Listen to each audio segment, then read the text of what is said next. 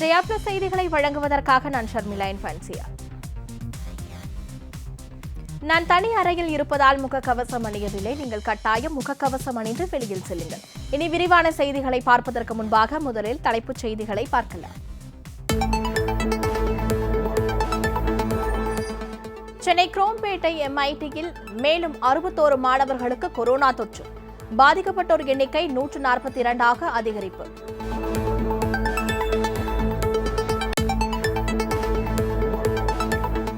சிலை கடத்தல் வழக்கு. சுவாமி சிலையை ஆஜர்படுத்த உத்தரவிட்ட கும்பகோணம் சிறப்பு நீதிமன்றத்திற்கு சென்னை உயர்நீதிமன்றம் கண்டனம்.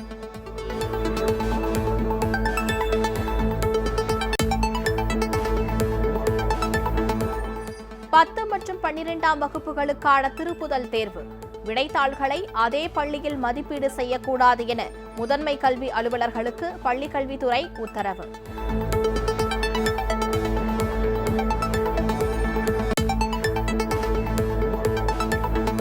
தமிழக சட்டப்பேரவை கூட்டத்தொடர் இன்றுடன் நிறைவு. தேதி குறிப்பிடாமல் ஒத்திவைப்பு.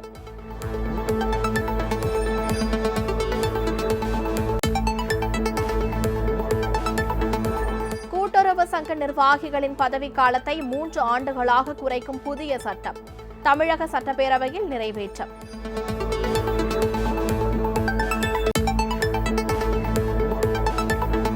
கூட்டுறவு சங்க மோசடிகளில் ஈடுபட்டவர்கள் குறித்து தமிழக அரசு வெள்ளை அறிக்கை வெளியிட வேண்டும். டிடிவி தினகரன் வலியுறுத்தல்.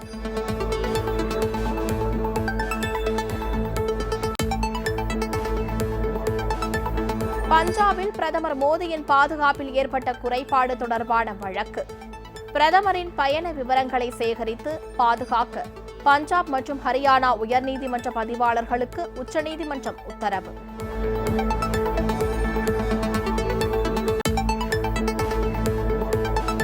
மருத்துவ மேற்படிப்பில் OBC பிரிவினருக்கு 27% இடஒதுக்கீட்டை உறுதி செய்தது உச்சநீதிமன்றம். மருத்துவ மேற்படிப்புக்கான கலந்தாய்வை நடத்தவும் அனுமதி.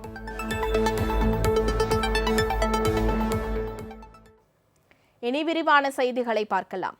சிலை கடத்தல் வழக்கு தொடர்பாக கடவுள் சிலையை பீடத்திலிருந்து அகற்றி நீதிமன்றத்தில் ஆஜர்படுத்த கோரிய கும்பகோணம் சிறப்பு நீதிமன்றத்திற்கு சென்னை உயர்நீதிமன்றம் கண்டனம் தெரிவித்துள்ளது. திருப்பூர் சிவிரிப்பாளையத்தில் உள்ள பரமசிவன் சுவாமி கோவிலில் இருந்த மூலவர் சிலை கடத்தப்பட்டு பின்னர் சிலை கடத்தல் தடுப்பு பிரிவால் மீட்கப்பட்டு கும்பகோணம் சிலை கடத்தல் தடுப்பு சிறப்பு நீதிமன்றத்தில் ஒப்படைக்கப்பட்டது. பின்னர் கோவில் நிர்வாகத்திடம் சிலை ஒப்படைக்கப்பட்ட நிலையில் வழக்கு விசாரணைக்காக சிலையை நீதிமன்றத்தில் ஆஜர்படுத்த கும்பகோணம் சிறப்பு நீதிமன்றம் உத்தரவிட்டது. இதனை எதிர்த்து சென்னை உயர்நீதிமன்றத்தில் வழக்கு தொடரப்பட்டது.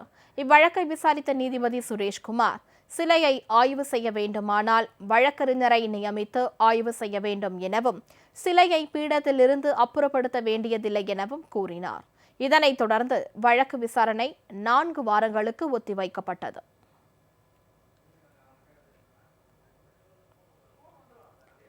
சென்னை MIT கல்லூரியில் மேலும் 61 மாணவர்களுக்கு கொரோனா தொற்று உறுதி செய்யப்பட்டுள்ளது. இதில் சிலருக்கு ஒமைக்ரான் அறிகுறி இருப்பது அதிர்ச்சியை ஏற்படுத்தியுள்ளது. சென்னை குரோம்பேட்டையில் செயல்பட்டு வரும் MIT கல்லூரியில் மாணவர்களுக்கு கொரோனா பரிசோதனை செய்யப்பட்டது. அதில் ஏற்கனவே 81 பேருக்கு கொரோனா தொற்று இருப்பது உறுதியானது. இந்நிலையில் புதிதாக 61 மாணவர்களுக்கு தொற்று இருப்பது தெரியவந்துள்ளது. இதன் மூலம் பாதிக்கப்பட்ட மாணவர்களின் எண்ணிக்கை 142 அதிகரித்துள்ளது. இதனையடுத்து மாணவர்கள் அனைவரும் தனிமைப்படுத்தப்பட்டு சிகிச்சை பெற்று வருகின்றனர். இதில் சிலருக்கு ஒமைக்ரான் அறிகுறி இருப்பது பலரையும் அதிர்ச்சியில் ஆழ்த்தியுள்ளது. அவர்களின் மாதிரிகள் மட்டும் பரிசோதனைக்காக அனுப்பி வைக்கப்பட்டுள்ளதாக சுகாதாரத்துறையினர் தெரிவித்துள்ளனர். குரோம்பேட்டை MIT கல்லூரியில் மாணவர்களுக்கு கொரோனா தொற்று உறுதியானதை அடுத்து கல்லூரி வளாகம் முழுவதும் கிருமி நாசினி தெளிக்கப்பட்டு விடுதிகளில் தங்கியுள்ள பாதிப்படையாத மாணவர்கள் சொந்த ஊர்களுக்கு செல்ல அனுமதி வழங்கப்பட்டுள்ளது.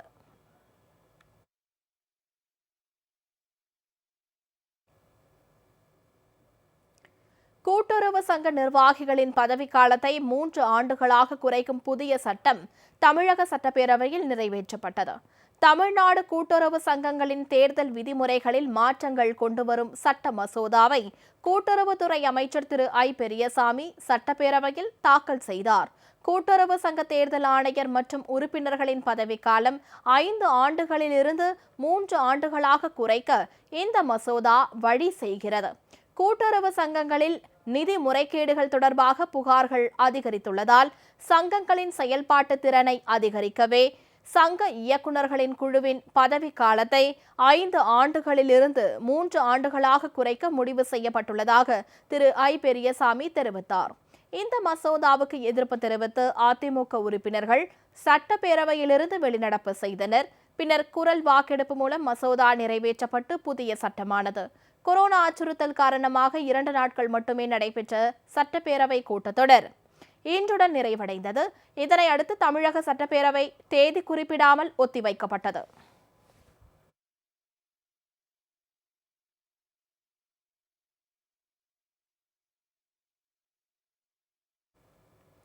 பொங்கல் திருநாளை முன்னிட்டு திண்டுக்கல்லை அடுத்துள்ள கூவநூத்துப்புதூர் பகுதியில் ஊரடங்கு உத்தரவு காரணமாக கரும்பு அறுவடை செய்ய முடியாமல் விவசாயிகள் வேதனையில் உள்ளனர். கடந்த 10 மாதங்களுக்கு முன்பு கரும்பு விவசாயம் நடவு செய்யப்பட்டு சுமார் 2 லட்சம் வரை செலவு செய்துள்ள போதிலும் வியாபாரிகள் வாங்குவதற்கு தயக்கம் காட்டி வருவதால் விவசாயிகள் மிகுந்த நஷ்டம் அடைந்துள்ளனர்.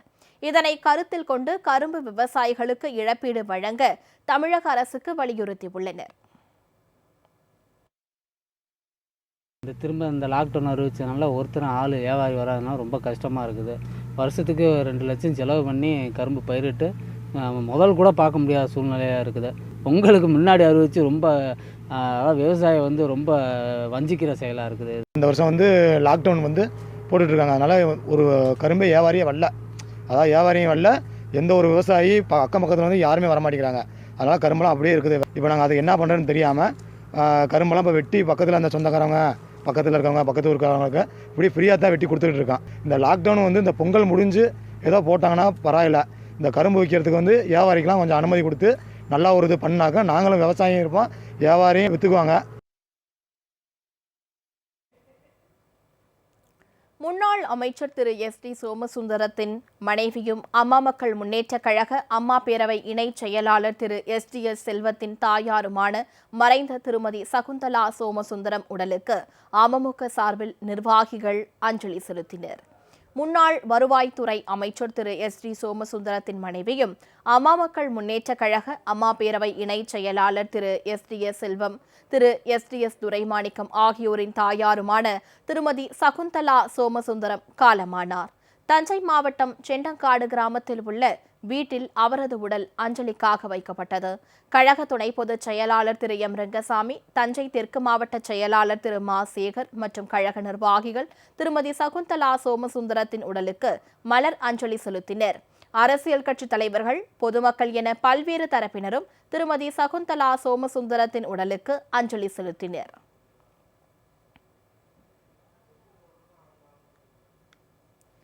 வெள்ளிக்கிழமைகளில் கோவில்களில் பக்தர்கள் தரிசனம் செய்ய அனுமதி மறுப்பதால் வியாபாரம் இன்றி தவிப்பதாக பூ வியாபாரிகள் வேதனை தெரிவித்துள்ளனர். இல்லையென்றால் கோவில்களில் பூக்கடை நடத்துபவர்களுக்கு கடை வாடகையை தள்ளுபடி செய்ய வேண்டும் என வியாபாரிகள் கோரிக்கை விடுத்துள்ளனர். 3 நாள் நட சாத்திரம் சொல்லி கவர்மெண்ட் ஆர்டர் போட்டிருக்குது. முதையே ரொம்ப சிரமப்பட்டு தான் இப்போ மறுபடியும் தொடங்குச்சு. மறுபடியும் 3 நாங்காட்டி ரொம்ப சிரமமாக இருக்குது. 3 நாளில் வெள்ளிக்கிழமை தான் கொஞ்சம் புனிதமானது. மீதி நாளில் விடுறத விட வெள்ளிக்கிழமை தான் கூட்டம் வரும், வெள்ளி சனி வரும். அதே லாக்டவுன் போட்டால் எங்களால் வாழ்வாதாரம் ரொம்ப பாதிக்குது. பூவெல்லாம் வாங்கி ஒரு நாளைக்கு விற்கிறதா, அதை வாங்கி நாங்கள் வெயிலில் உட்காந்து ஒரு பிரயோஜனம் இல்லைங்க. பூ வீணாக தான் போகுது. இதுக்கு மாற்று விதையாக தான் பண்ணி கொடுத்தா நல்லாயிருக்கும் கவர்மெண்ட்டு. இப்படியே இதாக இருந்துச்சுன்னா நாங்கள் ஒன்றுமே பண்ண முடியாது. வாழ்வாதாரம் ரொம்ப பாதிக்குதுங்க. கன்னியாகுமரி மாவட்டத்தில் ரேஷன் கடைகளில் பொங்கல் சிறப்பு தொகுப்பு பெற வரும் மக்கள் சமூக இடைவெளியை கடைபிடிக்காமல் இருப்பது கொரோனா பரவலை அதிகரிக்கக்கூடும் என சமூக ஆர்வலர்கள் அச்சம் தெரிவிக்கின்றனர்.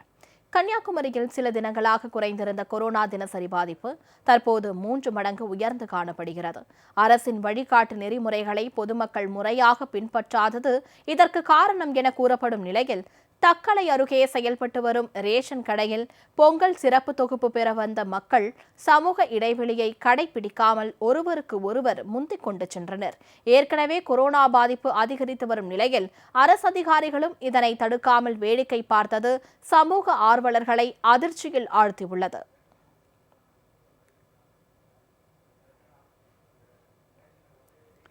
நெல்லை மாவட்டத்தில் குடும்ப அட்டைதாரர்களுக்கு வழங்கப்படும் பொங்கல் பரிசு பொருட்களை விநியோகம் செய்ய பைகள் வழங்கப்பட்டதால் ரேஷன் கடைகளுக்கு பொதுமக்கள் சென்று ஏமாற்றத்துடன் திரும்பி வருகின்றனர். பொங்கல் பண்டிகையொட்டி ரேஷன் கடைகள் மூலம் 21 பொருட்கள் கொண்ட சிறப்பு தொகுப்பு வழங்கப்பட்டு வருகிறது. அதன்படி நெல்லை மற்றும் தென்காசி மாவட்டத்தில் உள்ள சுமார் 500 கடைகளில் பொங்கல் சிறப்பு தொகுப்பு வழங்கும் பணிகள் நடைபெற்று வருகின்றன. ஆனால் பெரும்பாலான கடைகளில் பொங்கல் சிறப்பு தொகுப்பு வழங்கப்படவில்லை என கூறப்படுகிறது. இது தொடர்பாக விசாரித்ததில் ரேஷன் கடைகளுக்கு பொங்கல் சிறப்பு தொகுப்பிற்கான அரிசி, வெல்லம், கரும்பு உள்ளிட்ட பொருட்கள் வந்துவிட்டதாகவும், ஆனால் அவற்றை விநியோகம் செய்ய பைகள் கொடுக்கப்படவில்லை என்றும் தெரியவந்துள்ளது. இதனால் பொதுமக்களுக்கு பொங்கல் சிறப்பு தொகுப்பு விநியோகம் செய்யப்படவில்லை என ரேஷன் கடை ஊழியர்கள் தெரிவித்துள்ளனர். பொதுவெளியில் கரும்புகள் வைக்கப்பட்டுள்ளதால் அவை திருட்டு போகும் அச்சம் இருப்பதாகவும், வெயிலில் கரும்புகள் காய்ந்து பயன்படுத்த முடியாத நிலை ஏற்பட்டுள்ளதாகவும் ஊழியர்கள் குறிப்பிட்டனர். ரேஷன் கடைகளுக்கு பொங்கல் சிறப்பு தொகுப்பு பெற வரும் பொதுமக்கள் அவை விநியோகம் செய்யப்படாததால் ஏமாற்றத்துடன் திரும்பி வருகின்றனர்.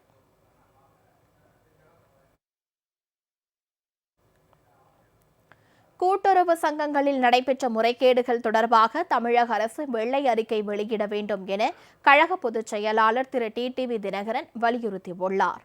அம்மா மக்கள் முன்னேற்ற கழக பொதுச் செயலாளர் திரு டிடிவி தினகரன் இன்று வெளியிட்டுள்ள ட்விட்டர் பதிவில், நிதி மோசடிகள் நடைபெற்றதாக கூறி தமிழ்நாட்டில் உள்ள கூட்டுறவு சங்கங்களின் தேர்ந்தெடுக்கப்பட்ட நிர்வாக அமைப்பை கலைக்க சட்டம் கொண்டு வந்துள்ள திமுக அரசு அத்தகைய முறைகேடுகளில் ஈடுபட்டவர்கள் மீது என்ன நடவடிக்கை எடுக்கப் போகிறது என கேள்வி எழுப்பியுள்ளார்.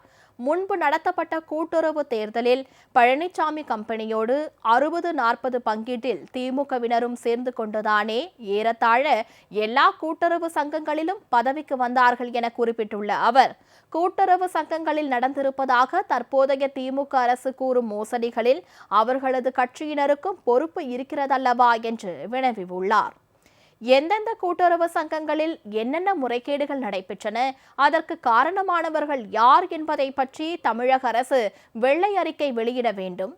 அதை செய்யாமல் கூட்டுறவு சங்கங்களின் பதவிக்காலத்தை குறைப்பதாலோ, பதவிகளின் பெயர்களை மாற்றுவதாலோ அவற்றில் மலிந்திருக்கிற சீர்கேடுகளை சரி செய்ய முடியாது என்றும் தெரிவித்துள்ளார். மாறாக கூட்டுறவு சங்கங்களை மொத்தமாக திமுகவினர் கபளீகரம் செய்து கொள்வதற்கே அரசின் இந்த நடவடிக்கை வழிவகுக்கும் என்றும் திரு டிடிவி தினகரன் குறிப்பிட்டுள்ளார். பஞ்சாபில் பிரதமர் திரு மோடியின் பாதுகாப்பில் ஏற்பட்ட குறைபாடு தொடர்பான வழக்கில் பிரதமரின் பயண விவரங்களை சேகரித்து பாதுகாக்க பஞ்சாப் மற்றும் ஹரியானா உயர்நீதிமன்ற பதிவாளர்களுக்கு உச்சநீதிமன்றம் உத்தரவிட்டுள்ளது. பஞ்சாபில் பிரதமர் திரு மோடிக்கு ஏற்பட்ட பாதுகாப்பு குறைபாடு தொடர்பாக உச்சநீதிமன்ற கண்காணிப்பில் உரிய விசாரணை நடத்த கோரி மணிந்தர் சிங் என்ற வழக்கறிஞர் உச்சநீதிமன்றத்தில் நேற்று மனு தாக்கல் செய்தார். எதிர்காலத்தில் இதுபோன்ற சம்பவம் நடக்காத வகையில் உத்தரவுகளை பிறப்பிக்க மனுவில் அவர் கேட்டுக்கொண்டார். இந்த வழக்கு இன்று விசாரணைக்கு வந்தது. அப்போது வாதிட்ட மத்திய அரசு வழக்கறிஞர் பஞ்சாப் சென்ற பிரதமரின் பாதுகாப்பை அங்குள்ள அதிகாரிகள் உறுதி செய்திருக்க வேண்டும் என்றும், ஆனால் அவர்கள் உறுதி செய்ய தவறிவிட்டதாகவும் தெரிவித்தார். இந்த பாதுகாப்பு குறைபாடு சர்வதேச அளவில் மோசமான ஒன்று என்றும், மிகப்பெரிய கவனக்குறைவு என்றும், ஆதாரங்கள் பாதுகாக்கப்பட வேண்டும் என்றும் வலியுறுத்தினார். பின்னர் வாதாடிய பஞ்சாப் அரசு தரப்பு வழக்கறிஞர் இவ்விவகாரம் தொடர்பாக எஃப்ஐஆர் பதிவு செய்யப்பட்டுள்ளதாகவும், மாநில அரசு சார்பாக விசாரணை குழு அமைக்கப்பட்டுள்ளதாகவும், அடுத்த கட்டமாக என்ன செய்ய வேண்டும் என உச்சநீதிமன்றம் என்ன உத்தரவிட்டாலும் அதனை ஏற்றுக்கொள்வதாகவும் தெரிவித்தார். இருதரப்பு வாதங்களையும் கேட்ட நீதிபதிகள் முதற்கட்டமாக பிரதமரின் பயண விவரங்களை சேகரித்து பாதுகாக்க பஞ்சாப் மற்றும் ஹரியானா உயர்நீதிமன்ற பதிவாளர்களுக்கு உத்தரவிட்டனர். பஞ்சாப் அரசு, அம்மாநில காவல்துறை, சிறப்பு பாதுகாப்பு படை, மத்திய பாதுகாப்பு அமைப்புகள் உள்ளிட்ட அனைத்து தரப்பும் இதற்கு ஒத்துழைப்பு அளிக்க வேண்டும் என்று வலியுறுத்தினர். இவ்விவகாரத்தில் பஞ்சாப் அரசும் மத்திய அரசும் அமைத்த விசாரணை குழுக்கள் தங்களது விசாரணையை வரும் திங்கட்கிழமை வரை நிறுத்தி வைக்க வேண்டும் என உத்தரவிட்ட உச்சநீதிமன்றம் வழக்கு விசாரணையை வரும் 10ஆம் தேதிக்கு ஒத்திவைத்தது.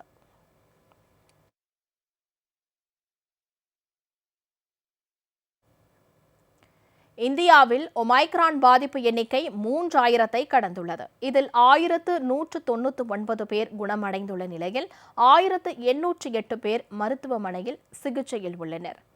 மத்திய சுகாதாரத்துறை வெளியிட்டுள்ள அறிவிப்பில் இந்தியாவில் 27 மாநிலங்களுக்கு ஒமைக்ரான் வைரஸ் பரவி உள்ளதாக தெரிவிக்கப்பட்டுள்ளது.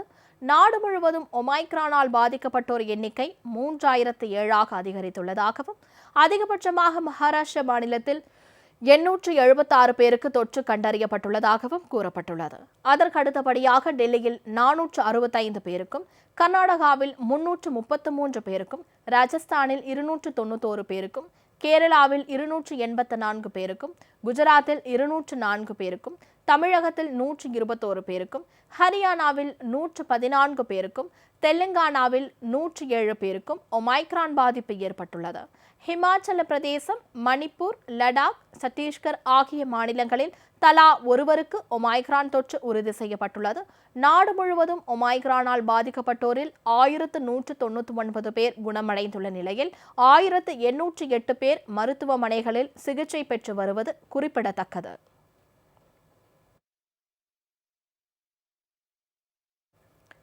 இந்தியாவில் கொரோனா தினசரி பாதிப்பு எண்ணிக்கை 1,00,000-ஐ தாண்டியுள்ளது. கொரோனா மொத்த பாதிப்பு எண்ணிக்கை 3,52,00,000-ஐ கடந்துள்ளதாக மத்திய சுகாதாரத்துறை தெரிவித்துள்ளது. நாடு முழுவதும் கடந்த 24 மணி நேரத்தில் 1,17,100 பேருக்கு புதிதாக கொரோனா தொற்று ஏற்பட்டுள்ளது. இதன் மூலம் கொரோனா பாதிப்பு மொத்த எண்ணிக்கை 3,52,26,386 உயர்ந்துள்ளது. கடந்த 24 மணி நேரத்தில் 302 பேர் வைரஸ் தொற்றுக்கு மரணம் அடைந்துள்ளதாகவும் இதன் மூலம் கொரோனா மொத்த பலி எண்ணிக்கை 4,83,178 அதிகரித்துள்ளதாகவும் மத்திய சுகாதாரத்துறை அமைச்சகம் கூறியுள்ளது. 3,71,363 பேர் மருத்துவமனைகளில் கொரோனாவுக்கு சிகிச்சை பெற்று வருவதாகவும் இதுவரை 3,43,71,845 பேர் கொரோனா தொற்றிலிருந்து குணமடைந்துள்ளதாகவும் நேற்று ஒரே நாளில் 30,836 பேர் தொற்றிலிருந்து மீண்டுள்ளதாகவும் தெரிவிக்கப்பட்டுள்ளது. இதனிடையே இன்று காலை 8 மணி நிலவரப்படி நாடு முழுவதும் 149,66,81,156 டோஸ் கொரோனா தடுப்பூசிகள் போடப்பட்டுள்ளதாக மத்திய சுகாதாரத்துறை கூறியுள்ளது.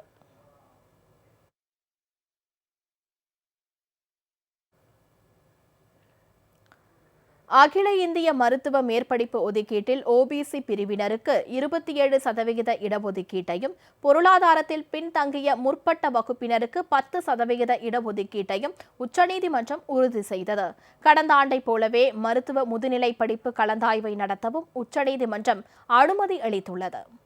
அகில இந்திய ஒதுக்கீட்டின் கீழ் இளநிலை மற்றும் முதுநிலை மருத்துவ படிப்புகளில் ஓபிசி வகுப்பினருக்கு 27%, இடபிள்யூஎஸ் எனப்படும் பொருளாதார ரீதியாக பின்தங்கிய முற்பட்ட வகுப்பினருக்கு 10% இடஒதுக்கீடு அளித்து கடந்த ஆண்டு ஜூலை மாதம் மத்திய அரசு அறிக்கை வெளியிட்டது. இதற்கு எதிராக முதுநிலை மருத்துவ படிப்புகளில் சேர நீட் தேர்வை எழுதிய மாணவர்கள் உச்சநீதிமன்றத்தில் மனு தாக்கல் செய்தனர். இந்த வழக்கை விசாரித்த உச்சநீதிமன்றம் இடபிள்யூஎஸ் வகுப்பினரை அடையாளம் காண ஆண்டு வருமானம் 8 லட்சம் ரூபாய் என உச்சவரம்பு நிர்ணயித்தது குறித்து பல்வேறு கேள்விகளை எழுப்பியது. இதன் காரணமாக முதுநிலை மருத்துவ படிப்புகளுக்கான கலந்தாய்வு நிறுத்தி வைக்கப்பட்டது. இவ்வழக்கு தொடர்பாக உச்சநீதிமன்றத்தில் கடந்த 2 தினங்களாக விசாரணை நடைபெற்று வந்த நிலையில் இன்று உத்தரவு பிறப்பிக்கப்பட்டது. அகில இந்திய மருத்துவ மேற்படிப்பு ஒதுக்கீட்டில் ஓபிசி பிரிவினருக்கு 27% இடஒதுக்கீட்டையும், பொருளாதாரத்தில் பின்தங்கிய முற்பட்ட வகுப்பினருக்கு 10% இடஒதுக்கீட்டையும் அளித்து மத்திய அரசு வெளியிட்ட அறிவிப்பாணை செல்லும் என உச்சநீதிமன்ற நீதிபதி திரு சந்திரசூட் தலைமையிலான அமர்வு உறுதி செய்தது. அதே நேரம் பொருளாதாரத்தில் பின்தங்கிய முற்பட்ட வகுப்பினருக்கு 10% இடஒதுக்கீடு இந்த ஆண்டு மட்டும் செல்லும் என தெரிவித்த நீதிபதிகள் 10% இடஒதுக்கீட்டை பெறுவதற்கான தகுதி வரையறை வரும் மார்ச் 3ஆம் வாரம் விரிவாக அறிவிக்கப்படும் என தெரிவித்தனர். கடந்த ஆண்டைப் போலவே மருத்துவ முதுநிலை படிப்பு கலந்தாய்வை நடத்தவும் நீதிபதிகள் இடைக்கால உத்தரவு பிறப்பித்தனர். திருச்சி மாவட்டம் நவலூர் குட்டப்பட்டு பகுதியில் பாரதிதாசன் பல்கலைக்கழகத்திற்கு உட்பட்ட அரசு கலை மற்றும் அறிவியல் கல்லூரி கௌரவ விரிவுரையாளர்கள் ஊதிய உயர்வு உள்ளிட்ட கோரிக்கைகளை வலியுறுத்தி 2வது நாளாக காத்திருப்பு போராட்டத்தில் ஈடுபட்டுள்ளனர். கடந்த ஆண்டு ஜூன் மாதம் வழங்க வேண்டிய ஊதியம் இதுவரை வழங்கப்படவில்லை என்றும் அந்த ஊதியத்தை உடனடியாக வழங்க வேண்டும் என்பன உள்ளிட்ட கோரிக்கைகளை வலியுறுத்திய அவர்கள் கோரிக்கைகள் நிறைவேற்றப்படும் வரை போராட்டம் தொடரும் எனவும் தெரிவித்தனர். எங்களுடைய 3 மாதம் சம்பளத்தை இன்ன வரைக்கும் எங்களுக்கு கொடுக்கல. அதே மாதிரி அவர்லி பேசிஸாக இருக்கக்கூடிய எங்களுடைய சக ஊழியர்களுக்கு ஜிஎலாக மாற்ற சொல்லி நாங்கள் கேட்குறோம். அதே மாதிரி ஆஃபீஸில் வேலை செய்யக்கூடிய எங்கள் சக ஊழியர்களுக்கு இன்னும் ஊதிய உயர்வு கொடுக்காமல் இருக்கிறதுனால அதை பற்றியும் கேட்குறோம். ஆசிரியர் பணி அறப்பணிங்கிறாங்க. நாங்கள் இலவசமாக நாங்கள் பாடத்தை எடுத்தாலும் எங்களுடைய குடும்பத்தை பார்க்குறது யார் இருக்கா? பணம் இல்லாமல் எங்களால் நடத்த முடியாது. அப்போ எங்களுக்கு கவர்மெண்ட் எங்களுக்கு சம்பளமே இல்லாமல் எங்களுடைய பணியை செய்ய சொல்லும்போது சம்பளம் கொடுத்து நாங்கள் எங்கள் பணியை செய்ய இன்னும் சிறப்பாக செய்வோங்கிறதான் எங்களுடைய வேண்டுகோள். அதற்காக தான் நாங்கள் இங்கே கூடியிருக்கோம். இரவும் பகலுமா நாங்கள் எங்கள் குடும்பத்தை விட்டு பெண்களும் இதில் கலந்துருக்கோம். கவர்மெண்ட் எங்கள் மேலே கண்ணோக்குமாறு கேட்டுக்கொள்கிறோம். இனிவரும் செய்திகளை வேகச் செய்திகளாக பார்க்கலாம். தேனியில் பொங்கல் பண்டிகையையொட்டி கட்டுப்பாடுகளுடன் சேவல் சண்டை நடத்த சென்னை உயர்நீதிமன்றம் அனுமதி வழங்கியுள்ளது. இது தொடர்பாக தாக்கல் செய்யப்பட்ட மனுவை விசாரித்த நீதிபதி GR சுவாமிநாதன் உத்தமபாளையம் அடுத்த தாமஸ் நகரில் பொங்கல் பண்டிகையையொட்டி வரும் 17ஆம் தேதி சேவல் சண்டை நடத்த அனுமதி வழங்கினார். எனினும் சேவல்களின் கால்களில் கத்தி, வாள், பிளேடு போன்றவை கட்டப்பட்டு சண்டை நடத்த தடை எனவும் சண்டையில் ஈடுபடுத்தப்படும் சேவல்கள் உயிரோடு இருக்க வேண்டும் எனவும் உத்தரவிட்டார்.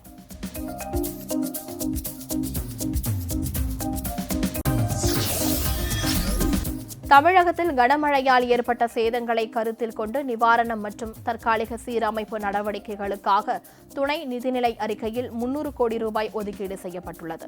சட்டப்பேரவையில் தாக்கல் செய்யப்பட்ட 2021-2022 ஆண்டிற்கான முதல் துணை மதிப்பீடுகளில் கரும்பு விவசாயிகளுக்கான நிலுவைத் தொகையை வழங்குவது, போக்குவரத்து ஊழியர்களுக்கும் மிகை ஊதியம் மற்றும் கருணை தொகை வழங்குவதற்கான முன்பணம் விடுவிக்கவும் அனுமதி வழங்கப்பட்டுள்ளது.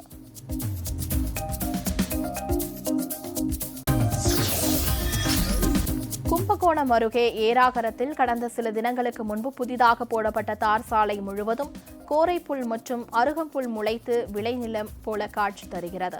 கடந்த 20 தினங்களுக்கு முன்பு தார் சாலை அமைக்கப்பட்டது. கடந்த 1 வாரத்திற்கு முன்பு பெய்த மழையால் தார் சாலை முழுவதும் புற்கள் முளைத்துள்ளது. பல கிராமங்களிலும் இப்படித்தான் தரமற்ற சாலையை போட்டு வருவதாக கிராம மக்கள் குற்றம் சாட்டியுள்ளனர்.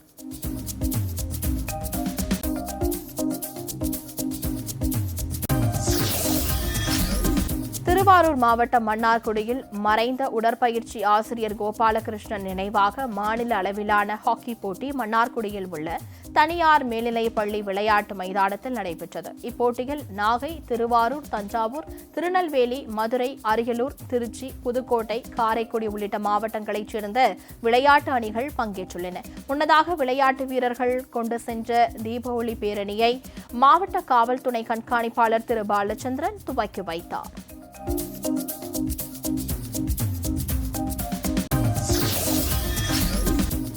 சிவகங்கை மாவட்டம் சிங்கம்புணரி அருகே உள்ள சூரக்குடி கிராமத்தில் இன்று இளவட்ட மஞ்சு விரட்டு நடைபெற்றது. தைப்பொங்கலை வரவேற்கும் விதமாக 300க்கும் மேற்பட்ட காளைகள் இந்த மஞ்சு விரட்டில் பங்கேற்றன.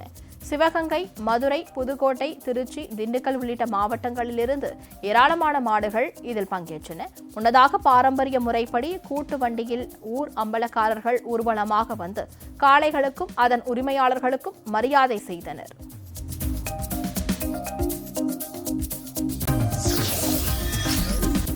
திருச்சி மாவட்டத்தில் தமிழக அரசின் வழிகாட்டு நெறிமுறைகள் காற்றில் பறக்கவிடப்பட்டு திமுகவினரின் கைப்பாவையாக மாவட்ட நிர்வாகம் மாறியுள்ளதாக விவசாயிகள் மத்தியில் குற்றச்சாட்டு எழுந்துள்ளது. திருச்சி மாவட்டம் திருவளர்சோலை, வயலூர், துறையூர், முசிறி, டெல்டா பகுதிகள் என சுமார் 500 ஏக்கருக்கும் மேல் கரும்பு சாகுபடி செய்யப்பட்டுள்ளது. கரும்பு கொள்முதல் செய்வதில் திமுகவினர் பாரபட்சம் காட்டுவதாக குற்றம் சாட்டி திருவளர்சோலை தொடக்க வேளாண்மை கூட்டுறவு வங்கியை விவசாயிகள் முற்றுகையிட்டனர்.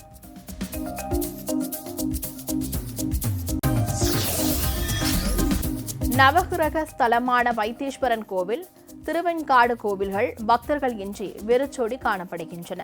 மயிலாடுதுறை மாவட்டத்தில் நவகிரகங்களில் செவ்வாய் ஸ்தலமான வைத்தீஸ்வரன் கோவில், புதன் ஸ்தலமான திருவெண்காடு ஆகிய கோவில்களில் பக்தர்கள் அனுமதிக்கப்படவில்லை.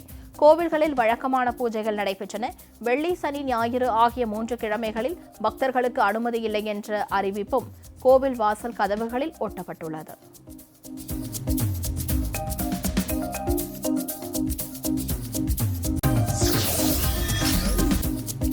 10, 12ஆம் வகுப்பு திருப்புதல் தேர்வு விடைத்தாள்களை அதே பள்ளியில் மதிப்பீடு செய்யக்கூடாது என தேர்வுத்துறை இயக்ககம் உத்தரவிட்டுள்ளது. இது தொடர்பாக மாவட்ட கல்வி அதிகாரிகளுக்கு அனுப்பப்பட்டுள்ள சுற்றறிக்கையில் 10, 12ஆம் வகுப்பு திருப்புதல் தேர்வு விடைத்தாள்களை வெவ்வேறு பள்ளிகளுக்கிடையே பரிமாற்றம் செய்யப்பட்டு மதிப்பீடு செய்யப்பட வேண்டும் என தெரிவிக்கப்பட்டுள்ளது. கொரோனா காரணமாக பொதுத் தேர்வு ரத்தானால் திருப்புதல் தேர்வு மதிப்பெண்கள் அடிப்படையில் பொதுத் தேர்வுக்கான மதிப்பெண்களை கணக்கிட்டு வழங்க ஏதுவாக இந்த உத்தரவு பிறப்பிக்கப்பட்டுள்ளது.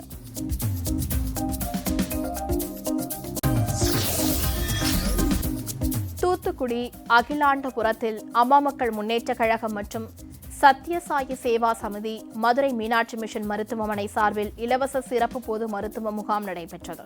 கழக தென்மண்டல பொறுப்பாளரும் தேர்தல் பிரிவு செயலாளருமான திரு எஸ்பி மாணிக்கராஜா முகாமை தொடங்கி வைத்தார். முகாமில் 1000க்கும் மேற்பட்ட பொதுமக்கள் கலந்து கொண்டு மருத்துவ சிகிச்சைகளும் ஆலோசனைகளையும் பெற்றனர். இந்நிகழ்ச்சியில் அகிலாண்டபுரம் ஊராட்சி மன்ற தலைவர் சரோஜா பால்ராஜ் உள்ளிட்டோர் கலந்து கொண்டனர்.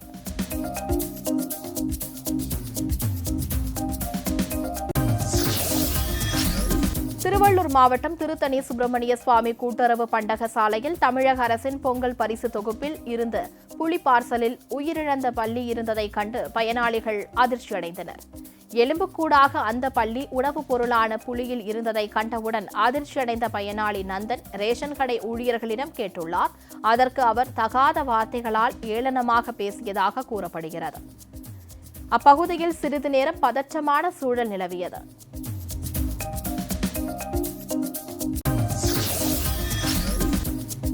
சேலத்தில் அவசரமாக உருவாக்கப்பட்ட பொருட்காட்சியை திறக்க முடியாததால் ஏராளமான தொழிலாளர்கள் ஏமாற்றமடைந்துள்ளனர். விதிமுறையை பின்பற்றி பொருட்காட்சி நடத்த அரசு அனுமதி அளித்தால் இதை நம்பியுள்ள ஆயிரக்கணக்கான தொழிலாளர்களின் வாழ்வாதாரம் பாதுகாக்கப்படும் எனவும் அவர்கள் கோரிக்கை விடுத்துள்ளனர்.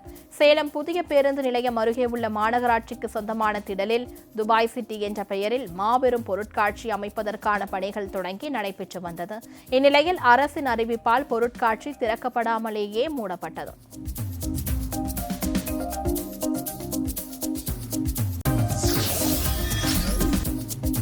மதுரை மேலூர் பகுதியில் அணுசக்தித்துறை கனிமவள ஆய்விற்கு பொதுமக்கள் எதிர்ப்பு தெரிவித்து அதிகாரிகளின் வாகனத்தை சிறை பிடித்ததால் அங்கு பதற்றம் நிலவியது. கனிமவளத்துறையினர் அந்த பகுதியில் உள்ள பாறை கற்களை வெட்டி பெயர்த்து ஆய்வை தொடங்கினர். அப்போது தகவல் அறிந்து ஆய்வு செய்யும் இடத்திற்கு வந்த கிராமத்தினர் கனிமவளத்துறையினரின் ஆய்வுக்கு எதிர்ப்பு தெரிவித்து ஆய்வுக்கு வந்த குழுவினர் பயணித்த வாகனத்தை முற்றுகையிட்டு தர்ணா போராட்டத்தில் ஈடுபட்டனர்.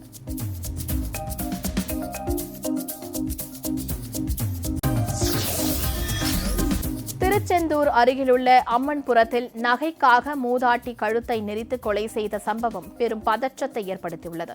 அம்மன்புரத்தைச் சேர்ந்தவர் நாகூர் அம்மாள் தனியாக வசித்து வந்த நிலையில் அவரது வீட்டில் இறந்து கிடந்துள்ளார்.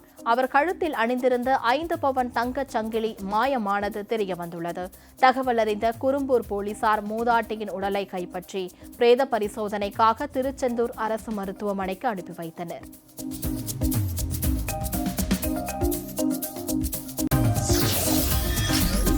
திண்டுக்கல் ராஜலட்சுமி நகர் அருகே உள்ள குளக்கரையில் அடையாளம் தெரியாத ஆண் சடலம் குறித்து தகவல் அறிந்த போலீசார் விசாரணை நடத்தி வருகின்றனர். விசாரணையில் அவர் தெய்வசிகாமணிபுரத்தைச் சேர்ந்த சோட்டு என்ற சதீஷ் என்பதும் சென்ட்ரிங் வேலை செய்து வருவதும் தெரியவந்துள்ளது. இதனையடுத்து தாலுகா போலீசார் அவரது உடலை மீட்டு பிரேத பரிசோதனைக்காக திண்டுக்கல் அரசு மருத்துவமனைக்கு அனுப்பி வைத்தனர். தலைப்பகுதியில் அடிபட்டு இரத்த காயங்கள் இருப்பதால் அவர் நிலை தடுமாறி கீழே விழுந்து இறந்தாரா அல்லது யாராவது தாக்குதல் நடத்தி கொலை செய்திருப்பார்களா என்ற கோணத்தில் வழக்கு பதிவு செய்து விசாரணை நடத்தி வருகின்றனர்.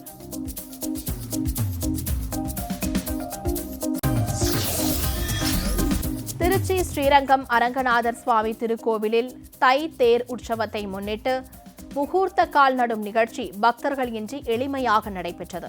பட்டாச்சாரியார்கள் வேத மந்திரங்கள் முழங்க பூஜைகள் நடத்தப்பட்டு முகூர்த்த கால் நடப்பட்டது. இந்நிகழ்ச்சியில் திருக்கோவில் இணை ஆணையர் திரு மாரிமுத்து, அர்ச்சகர்கள், பணியாளர்கள் உள்ளிட்டோர் உடன் இருந்தனர். ஸ்ரீரங்கம் ஆலய தை தேர் உற்சவம் நாளை மறுநாள் தொடங்குகிறது.